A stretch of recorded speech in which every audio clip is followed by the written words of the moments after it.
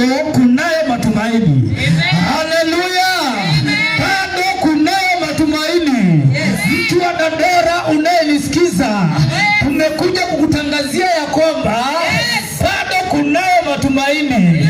Haijalishi mambo inakaa namna gani, haijalishi hali imekaa namna gani, bado kunayo matumaini ya mti kukatwa. Uradi tu unasikia harufu ya maji, kuna matumaini. Tumekuja kutangaza kuna matumaini ndani ya Yesu. Yesu ndiye maji tunayoongelelea. Yesu ndiye maji ya uzima. Hata kama mtu umekatwa, uradi uko na ile harufu. Harufu hapa inasimamia imani. Kama imani yako tu inaweza ikanusa hii harufu ya maji ambaye ni Yesu, ule mtu utachipuka. Haleluya.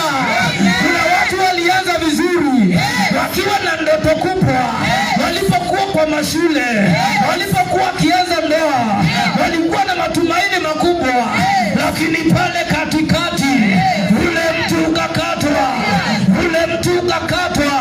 yale maono yakachanganyikiwa. Lakini tumekuja na habari njema. Hata kama mtu umekatwa, hata kama mizizi inakugoza pale chini, hata kama lile shina limekauka, bado kuna matumaini ya mtu kuchipuka tena. Haijalishi vile walisema, hata kama walisema hautafaulu, haijalishi ni mwapi ulifeli kimaisha, bado kuna matumaini. Usitupe matumaini. Kijana, endelea kujituma. Mzee, endelea kujituma.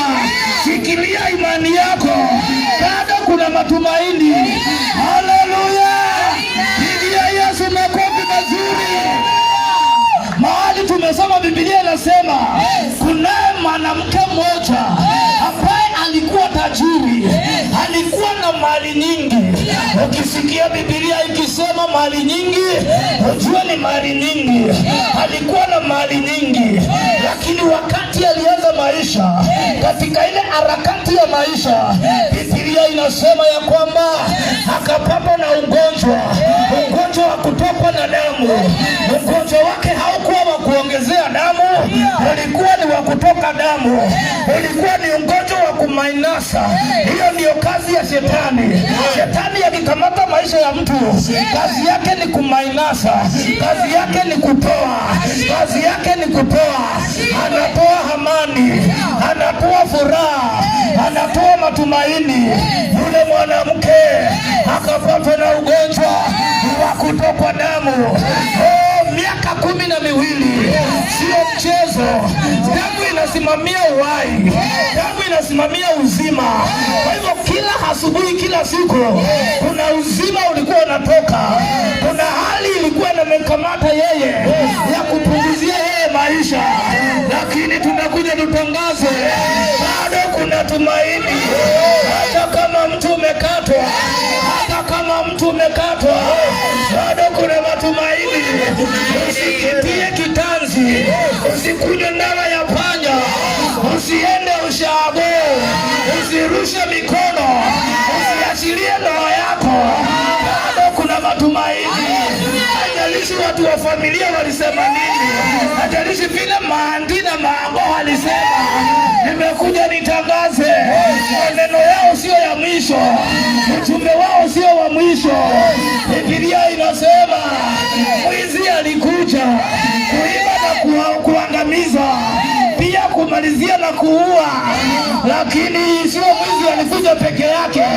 Baadaye Biblia inasema pia Yesu alikuja ili wawe na uzima, kisha wawe na uzima tele tele. Haijalishi ni nini kilianzia, haijalishi umefikisha wapi na maisha, haijalishi umesukuma mpaka wapi, unaye maji ya uzima ambaye kuna uwezo wa kukushikilia. Biblia inasema mlinisukuma sana ili nianguke, lakini Bwana akanishikilia. Tumekuja asubuhi ya leo kutangaza ya kwamba bado kuna matumaini. Hata kama mtu umekatwa na machipukizi yake iko mchangani, kwa harufu ya maji, kwa imani yako, kwa connection yako na Yesu unakuchipuka tena. Biblia inasema yale machipukizi hayataweza kuoza tena. Ninatangaza kile Mungu ataanza, sio cha kukatika tena, sio cha kuisha tena. Ndio Yesu shangwe.